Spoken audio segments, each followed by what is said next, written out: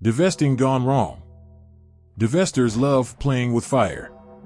Shamaia Smith is your typical divester, but she actually had a black boyfriend and lived with him. I always said that black women go into sex work to get close to white men. They always use the excuse of going into sex work to pay for school, but since no one pays attention, they get away with that excuse. She could have gone to a community college, a state school, which are two cheaper options, and it's obvious she would have qualified for all types of grants and scholarships for living in poverty. Now you see why the divester excuse of going into sex work to pay for school doesn't work. Shamaia dropped out of high school in order to work at a strip club frequented by white men. I want you to pay close attention on how she had a black boyfriend, refused to get a regular job or go to school, and intentionally chose the life of fighting with fire in order to be close to an old white man with erectile dysfunction. Instead of finishing high school, Shamaia Smith dropped out and worked as a dancer at the Cahoots Gentlemen's Club in East Hartford, Connecticut. One night, Shamaia didn't return home after work. Concerned, her family called police. In a search for answers, police questioned Shamaia's boyfriend. The boyfriend reportedly had some drug involvement. He was living with Shamaia Smith at her parents' home when she went missing, and he had seen her the day she went missing. He told police she left for work around 3 p.m., but said he didn't know who had given her a ride.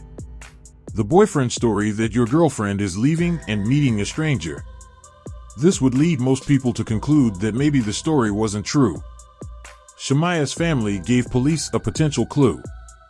Someone had left a message on Shamaia's cell phone at 11:55 a.m. before Shamaia left for work. Let me know if you want to get together, okay?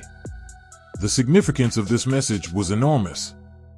It gave the police and investigators another avenue to go down. No one knew who this person was. The number was traced to a wealthy local businessman, 56-year-old Kenneth Otto. Mr. Otto was an upstanding person. He had a family, a wife, and kids. He was a somewhat successful industrial business owner, had no prior criminal record, and liked to hang around strip clubs. Ken Otto was a regular at the Cahoots Club where Shamaia worked. And he admitted he had given Shamaia a ride to work that afternoon. He said that he called Shamaia, and when he called her, she requested that he bring her to work because she didn't have any transportation. So he agreed to bring her to work. He said that he last saw her going through the front doors of the Cahoots and that he drove off.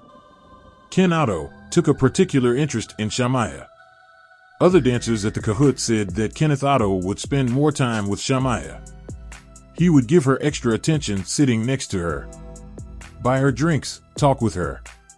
Kennedy also admitted he'd given Shamaia $500 to continue her education, but she dropped out of high school and was not in the processes of getting a GED.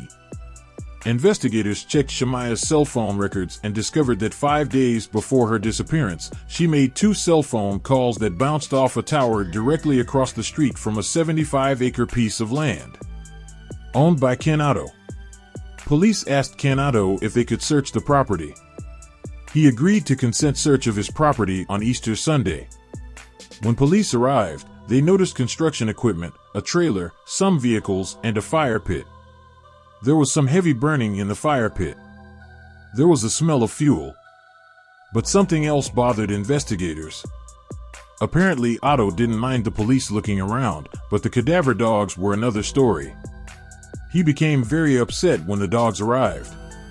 There was a wood chipper on the property. There's history of cases in the past where people have used wood chippers to dispose of human bodies. Otto allowed police to conduct an initial search of his property but asked them to leave when he realized they brought cadaver dogs. In order to perform a more detailed search, detectives needed both a warrant and lots of heavy equipment and manpower. They checked the fire pit, which was still in a decent condition. Almost immediately, detectives got a break in the embers. They found a house key. They cleaned it up, placed it in the door lock of Shamaia Smith's home, and it unlocked and opened the house. So it was Shamaia Smith, but this didn't prove Otto killed her. In the fire pit, police also found a spent bullet and 3 shell casings from a .40 caliber handgun. On the ground near the burned-out trailer, investigators found a mop, a vacuum cleaner, and a large piece of carpet. In the search for Shamaia Smith, investigators collected dozens of what appeared to be bone chips from the fire pit on Ken Otto's property and sent them to the forensics lab. This skeleton was burned so significantly that it was nearly destroyed, as if it would have been in a commercial cremation. The fragmentation was so severe that you had pieces that were the size of a fingernail. It really is like a needle in a haystack. It's an anthropologist's nightmare. After close examination, forensic anthropologists concluded the majority of the bones were human. But that didn't mean police were any closer to knowing if the bone chips were Shamaia's. There was a lot of thermal destruction. This would suggest a tremendous fire that lasted for as much as days. They found a piece of a foot with soft tissue. There was still organic material. There was still definitely the potential of getting DNA out of that foot. Well, the other big challenge was that we didn't have a known sample from Shamaia Smith. So what they had to do in that case was take those DNA profiles we generated from the tissue and burnt skin and bone and then make a comparison to Shamaia Smith's biological mother and biological father.